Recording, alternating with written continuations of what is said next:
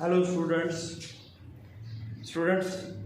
आज का हमारा लेक्चर भी वैलेंसी पर ही है, लेकिन इसमें हम देखेंगे कि वैलेंसी पॉजिटिव और नेगेटिव कैसे होती है। बहुत से स्टूडेंट्स इसमें कंफ्यूज होते हैं, तो आज का लेक्चर देखने के बाद, सुनने के बाद आप इस काबिल होंगे कि केमिकल फार्मूला और केमिकल इक्वेशन लिख सकेंगे आप। तो आए हम शुरू करते हैं कि वैलेंसी पॉजिटिव या नेगेटिव कैसे होती है और रेडिकल्स या आयंस कैसे बनते हैं। तो आइए शुरू करते हैं।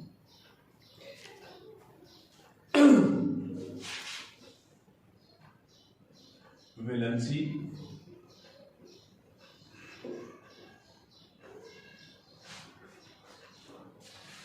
How it is made positive और नेगेटिव। स्टूडेंट्स, इसके लिए हमें पीरियोडिक टेबल पे जाना पड़ेगा। तो ये देखें, ये पीरियोडिक टेबल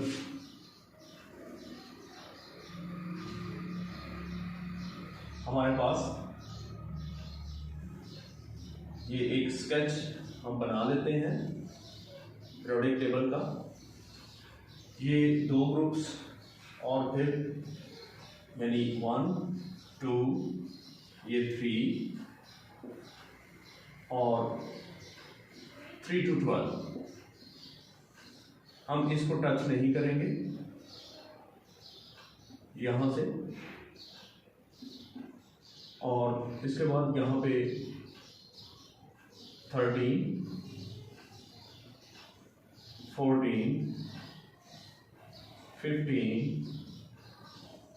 16 17 और एक ब्लॉक हमें और बनाना पड़ेगा 18। ये 18 ग्रुप्स हैं हमारे पास। अब 18 ग्रुप्स में वैलेंसी जो है, अगर आप देखें तो पहले पिछले लेक्चर में हमने देखा था कि वैलेंसी कैसे बनती है। वैलेंस शेल इलेक्ट्रॉन्स इसमें इन्वॉल्व होते हैं। कौन से? वैलेंस शेल इलेक्ट्रॉन्स इन्वॉल्व होते हैं। तो पीरियोडिक टेबल को याद रखने के लिए, वैलेंसी याद रखने के लिए कि पीरियोडिक टेबल कहाँ से स्टार्ट हो रहा है, 1 से, फिर ग्रुप 2 से। तो जो सा ग्रुप होगा उतने ही उसके वैलेंस शेल में इलेक्ट्रॉन्स होंगे और वही उसकी वैलेंसी होगी। मिसाल के तौर पे ये ग्रुप फर्स्ट है, राइट। इसमें हाइड्रोजन के अलावा ये तो गैस है, लिथियम, सोडियम और पोटाशियम, रुबिडियम, सीजियम। आगे फ्रांसियम तक हम जाते हैं, लेकिन उसको यहाँ सीजियम तक आपके सिलेबस में डिस्कस किया गया है। इसके बाद ये सेकंड ग्रुप है beryllium, magnesium, calcium, strontium, barium और रेडियम। एनीवे, फर्स्ट ग्रुप जो है, इसके आउटर मोस्ट शेल में एक इलेक्ट्रॉन है। इसका मतलब इसकी वैलेंसी कितनी होगी? 1। तो बाद में हम इसको साबित भी करेंगे। अभी आप पहले आप निशान लगा लें, बेशक यहाँ पे अलग से आप लिख लें। इसकी 1 पॉजिटिव वैलेंसी होगी ग्रुप 1 की, और ग्रुप 2 की 2 पॉजिटिव वैलेंसी होगी। और इसी तरह हम इन ट्रांजिशन, ये सारे ट्रांजिशन एलिमेंट्स हैं, इनको हम बाद में डिस्कस करेंगे। ट्रांजिशन एलिमेंट्स, और इसके बाद ये 3 to 12 है, मैं ऑलरेडी बता चुका हूं। अब ग्रुप 13 में जब हम एंटर होते हैं तो इसको ग्रुप 3 भी कहा जाता है। किस वजह से? कि इस ग्रुप के आउटर मोस्ट शेल में 3 इलेक्ट्रॉन्स हैं, तो इसलिए ये 3 पॉजिटिव वैलेंसी बनाता है, क्योंकि इसके आउटर मोस्ट शेल में 3 इलेक्ट्रॉन्स हैं और ये 3 इलेक्ट्रॉन लूज करता है। अब आ जाए ग्रुप 14 में, तो ग्रुप 14 के अंदर इसकी पॉजिटिव 4 वैलेंसी है। और क्यों? इसके आउटर मोस्ट शेल में 4 इलेक्ट्रॉन्स हैं। और इसी तरह फिर हम 15 ग्रुप में एंटर होते हैं, तो यहाँ पे वैलेंसी नेगेटिव हो जाएगी। क्यों? अब आउटर मोस्ट शेल में कितने इलेक्ट्रॉन हैं हम देख सकते हैं कि नेगेटिव इलेक्ट्रॉन्स यहाँ पे 5 है, तो 5 इलेक्ट्रॉन्स अपना ऑक्टेट पूरा करने के लिए इनको 3 इलेक्ट्रॉन्स की जरूरत है। अब ये इलेक्ट्रॉन गेन करना शुरू कर देगा, ये ग्रुप, ये पूरा ग्रुप, और 3 इलेक्ट्रॉन आएंगे तो 3 पॉजिटिव इस पे चार्ज आ जाएगा। और इसी तरह ग्रुप 16 में जब हम एंटर होते हैं तो इसके आउटरमोस्ट शेल में देखें 6 इलेक्ट्रॉन्स हैं और इनको, इस ग्रुप को अपनी ऑक्टेट पूरा करने के लिए 2 इलेक्ट्रॉन्स की जरूरत है, तो इसकी वैलेंसी हो जाएगी 2 नेगेटिव, राइट। और इस तरह ग्रुप 17 के अंदर जब हम एंटर होते हैं तो ग्रुप 17 का मतलब है कि इसके आउटरमोस्ट शेल में 7 इलेक्ट्रॉन्स हैं और इसको अपना ऑक्टेट कंप्लीट करने के लिए सिर्फ 1 इलेक्ट्रॉन चाहिए, तो इसलिए इसकी वैलेंसी हो जाएगी 1 नेगेटिव। और लास्ट ग्रुप जो है ग्रुप 18, ये कोई वैलेंसी नहीं बनाता, इसलिए हम इसको 0 ग्रुप भी कहते हैं।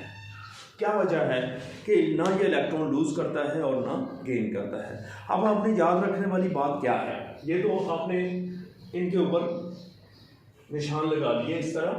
अब याद क्या रखना है कि जो पॉजिटिव साइन है वैलेंसी का, ये वाले एटम्स इलेक्ट्रॉन लूज करते हैं, ये पूरा ग्रुप 1 इलेक्ट्रॉन लूज करेगा तो 1 पॉजिटिव चार्ज है सॉरी। इसी तरह ये पूरा ग्रुप 2 इलेक्ट्रॉन लूज करेगा तो इस पर 2 पॉजिटिव चार्ज आ जाएगा, और ये ग्रुप 3 इलेक्ट्रॉन लूज करेगा तो इस पर 3 पॉजिटिव चार्ज आ जाएगा, पूरे ग्रुप की वैलेंसी 3 होगी।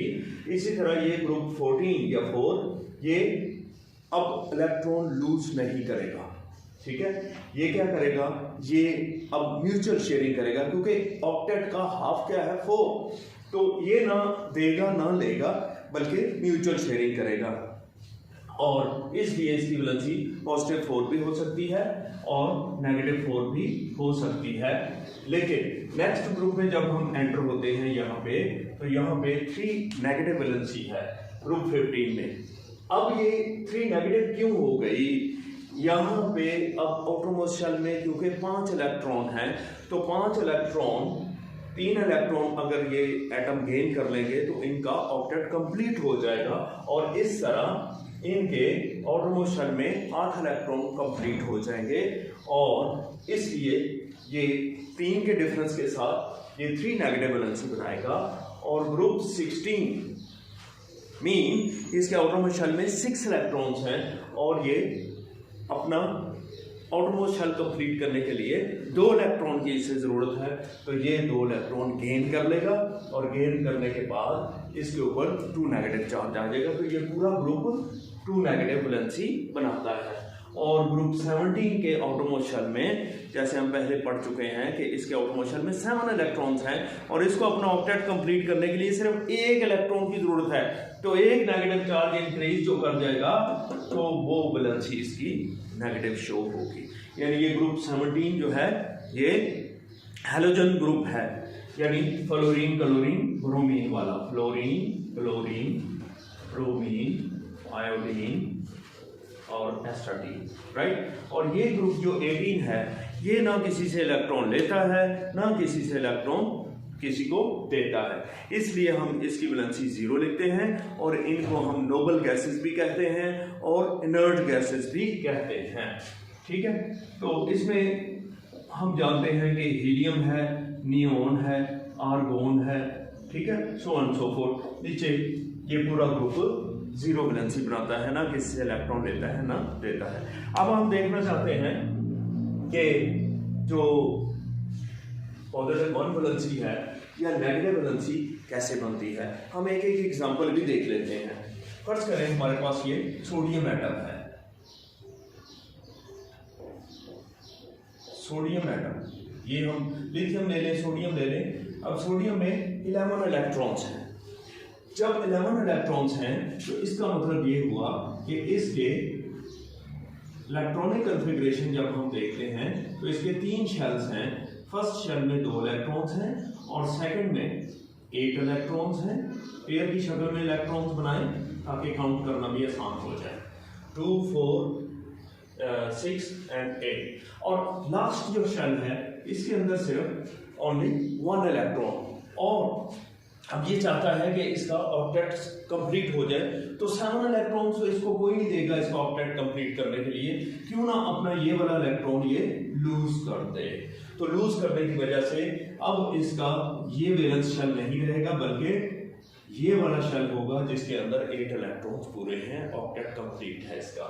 इसलिए ये पसंद करता है कि एक इलेक्ट्रॉन लूज कर दे।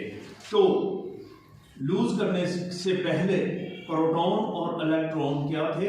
इक्वल थे। प्रोटॉन और इलेक्ट्रॉन इक्वल थे। अब प्रोटॉन इलेक्ट्रॉन इक्वल थे तो प्रोटॉन भी 11 थे और इलेक्ट्रॉन भी 11 थे। जब एक इलेक्ट्रॉन ये लूज कर देगा तो अब इसके इलेक्ट्रॉन कितने रह जाएंगे? 10 जी।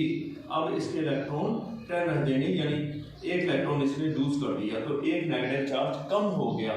तो पॉजिटिव चार्ज 11 का 11 ही है, जिसकी क्योंकि ये प्रोटॉन जो है ये इसके न्यूक्लियस के अंदर मौजूद है और प्रोटॉन तो हम जानते हैं चेंज नहीं हो सकते, तो पॉजिटिव चार्ज जो है वो प्रोटॉन के ऊपर मौजूद है और वही एक एक्स्ट्रा पॉजिटिव चार्ज इसके ऊपर शो हो जाएगा। ठीक है, इसी तरह आप इसकी एग्जांपल भी ले सकते हैं कि मैग्नीशियम जो है, देखिए मैग्नीशियम में कितने इलेक्ट्रॉन्स हैं? 12 होते हैं। तो इसके फर्स्ट शेल में 2 इलेक्ट्रॉन्स, सेकंड में 8 इलेक्ट्रॉन्स, पेयर की शक्ल में इलेक्ट्रॉन बनाएंगे ताकि काउंट करना आसान हो जाए। 2 4 6 8 और लास्ट शेल में इसके 2 इलेक्ट्रॉन्स हैं, ये 2 इलेक्ट्रॉन हैं। अब ये चाहता है कि इसका ऑक्टेट कंप्लीट हो जाए, लेकिन कोई भी इसको 6 इलेक्ट्रॉन्स नहीं देगा, बहुत ज्यादा है ये इलेक्ट्रॉन की तादाद। तो क्यों ना अपने ये वाले 2 इलेक्ट्रॉन लूज कर दे। तो लूज करने से इलेक्ट्रॉन और प्रोटॉन में क्या आ जाएगा? डिफरेंस आ जाएगा। तो इससे पहले इलेक्ट्रॉन और प्रोटॉन यानी नेगेटिव और पॉजिटिव चार्ज इक्वल थे। प्रोटॉन अंदर कितने थे? वो भी 12 थे पॉजिटिव जिन पे चार्ज है, और नेगेटिव चार्ज वाले ये सारे इलेक्ट्रॉन हैं जिन पे नेगेटिव चार्ज है। हम यहाँ लिखेंगे 12 वर्सेस 12, यानी दोनों चार्जेस बराबर हैं तो एटम ओवरऑल न्यूट्रल था। लेकिन ये 2 इलेक्ट्रॉन लूज होने से अब यहाँ इलेक्ट्रॉन कितने रह गए? 10 रह गए। ठीक है, नेगेटिव वाले। लेकिन प्रोटॉन अंदर से नहीं निकल सकते, ना वो कोई प्रोटॉन एंटर हो सकते हैं ना निकल सकते हैं, क्योंकि न्यूक्लियस ब्रेक नहीं हो सकता, जिस वजह से इसके ऊपर पॉजिटिव चार्ज बढ़ जाता है। तो पॉजिटिव चार्ज बढ़ जाने से डिफरेंस कितना आ गया? 2 का। तो 2 पॉजिटिव चार्ज हम इसके ऊपर शो कर देंगे, राइट।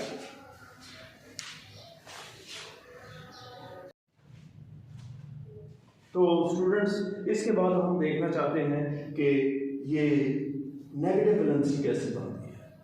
ठीक है, उसके लिए भी हम ऐसे इसी तरह 2 एग्जांपल्स देख लेते हैं, 1 या 2 एग्जांपल देखें। मैं थोड़ा सा इधर स्पेस बना लेता हूं।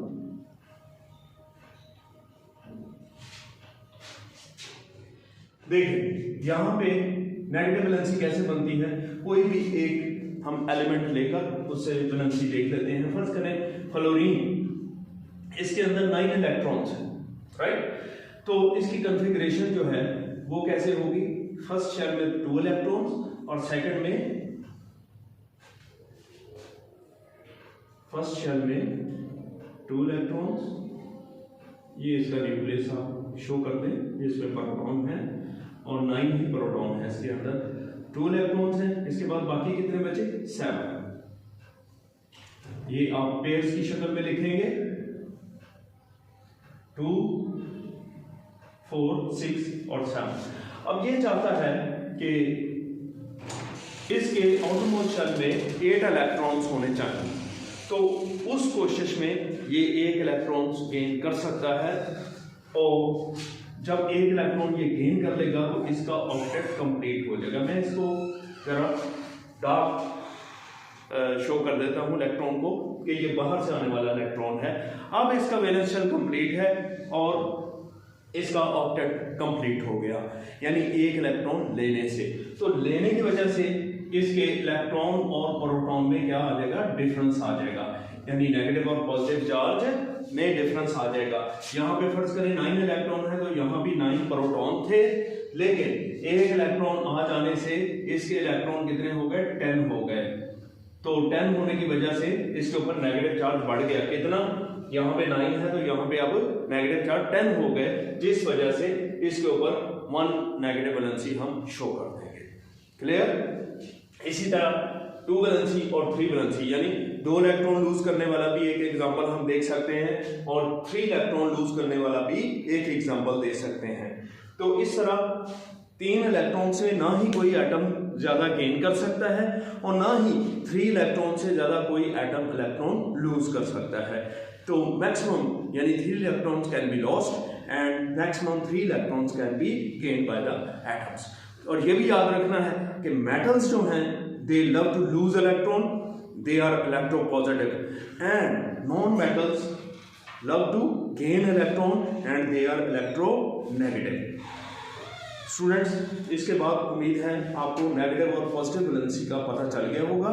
इंशाल्लाह हम नेक्स्ट लेक्चर जो है उसमें मजीद हम एलाबोरेशन देंगे कि जो रेडिकल हैं वो कैसे बनते हैं। Thank you very much.